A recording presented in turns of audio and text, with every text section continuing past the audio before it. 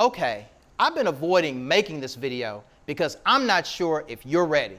But ready or not, the reality is, if you're a nice guy, I hate to break it to you, fam, you finished last. It's really unfortunate. Actually, it's not. It's not unfortunate at all. It's on you, sir. What is nice? I think I mentioned this in another video. Nice applies to houses. That's a nice bonus room you have. Wow, that's a really nice boat you have. Women don't want nice guys. Check this out.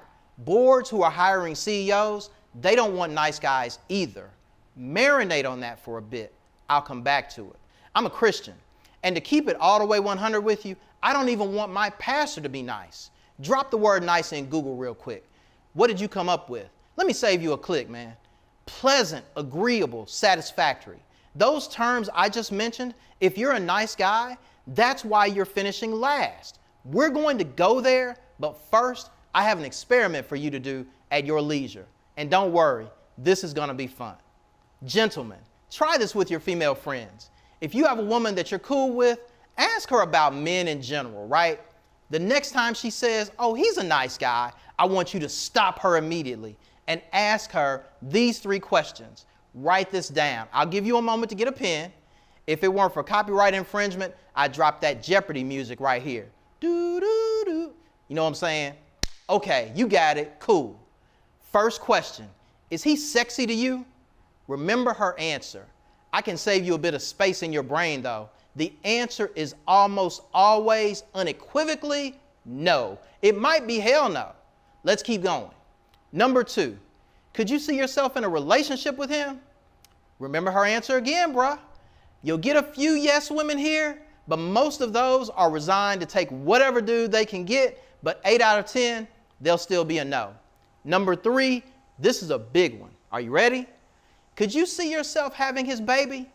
Man, she might hit you or throw something at you. If you can find 1 out of 100, we may need to bring her on the channel and have a conversation about it.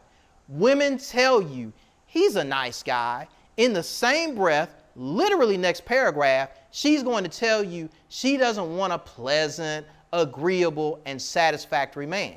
Tired of finishing last, bruh? It's a problem for too many men across the entire spectrum of society. We gloss over the truth, and guys are still missing out on the life they deserve. Not anymore.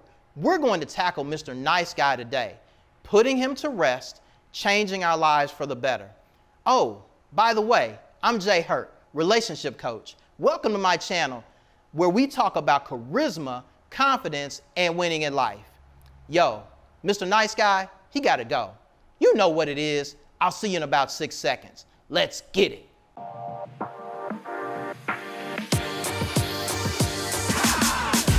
Nice is a state of mind, not a character trait. Here's the problem we're going to resolve today on a silver platter. Nice is a state of mind. Nice feels subservient. Nice comes across as the person who prepares the boardroom, not the chairman of the board. Nice doesn't make tough decisions. Nice doesn't check the guy who said something out of pocket to your woman. Nice accepts the status quo and doesn't push back. Nice doesn't fit in my portfolio of character traits, and it shouldn't fit in yours either. Kindness is a trait of active benevolence. I want that trait. I strive to work to achieve that trait. But sometimes we think of kindness as simply being nice. Kindness is active, nice is passive. Again, nice is simply pleasant, agreeable, satisfactory. When you etch this into your state of mind, you become polite, which can be a good thing, but you also struggle to take charge or to initiate confrontation when necessary. People who lack kindness and compassion can sniff you out a mile away and take advantage of nice guys. Nice can mask insecurity. Often, guys can be polite or extremely friendly to hide specific insecurities, characteristics ranging from anxiety, nervousness, fear of public speaking, shyness. The list goes on and on. Being nice as often as possible can be a way of covering up what someone may believe is a flaw in their personality. The fact is, if we're wearing a mask, to cover things in our lives, we can't get the help we need to make those things better. For example, some try to mask depression with drinking. It doesn't work. The same applies to using the idea of being overly polite and friendly or always pleasant and agreeable to cover our imperfections. Some of us will even work to be nice to mask our awkwardness in the workplace, with friends, or the opposite sex. If this is something you're working through, I want you to know we support you, and my hope is that you reach out to talk to a therapist, counselor, or coach and get the help that will change your life. Nice creates protection from others. The idea of being extremely nice internally creates an equal and opposite effect that people can't say bad things about you, right? So if I'm always nice, well, I can't be bad. If you never step outside of the box, you won't get criticized. When you don't take sides or have an opposing opinion or enter a debate, one gets the sense he's insulated from blowback from others, which is kind of true. But there's a terrible flip side to it, though. You don't get the blowback from others. You don't get your opinions challenged. You don't get called to the carpet when necessary. Those things can be tough, but from the adversity comes growth. If you look at your lawn the day after it rained, you can see substantial growth. The growth comes from the adversity. The protection you crave is the opposite of what you really need. Being nice is actually stunting your mental, psychological, and spiritual growth. The bubble of nice that keeps out the bad stuff also keeps the good stuff from getting in. Fam, hold on. I almost forgot. Like button, subscribe, share, you know what to do. You can do it with kindness, man, but you don't have to be nice about it. Back to the content.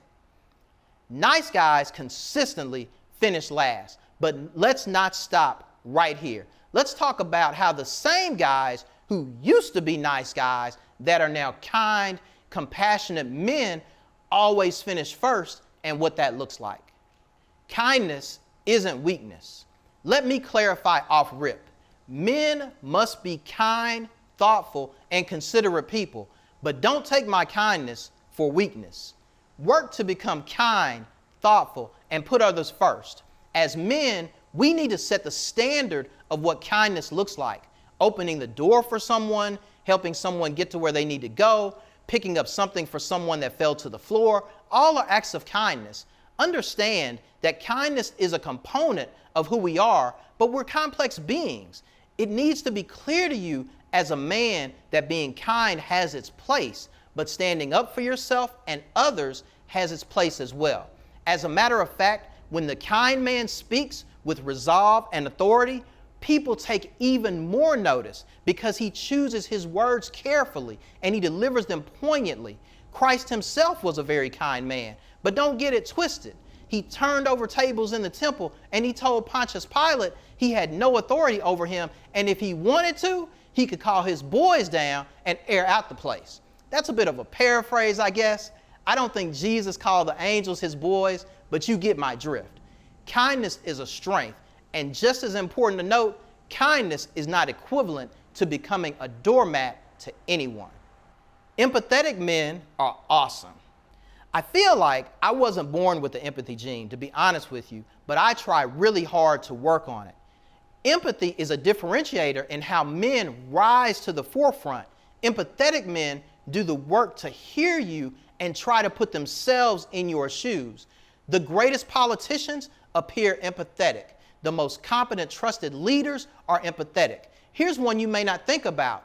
Great husbands are empathetic with their wives. Being sympathetic is important too, but let's make sure we distinguish feeling sorry for someone instead of working to understand their plight and trying to create the notion of walking in their shoes.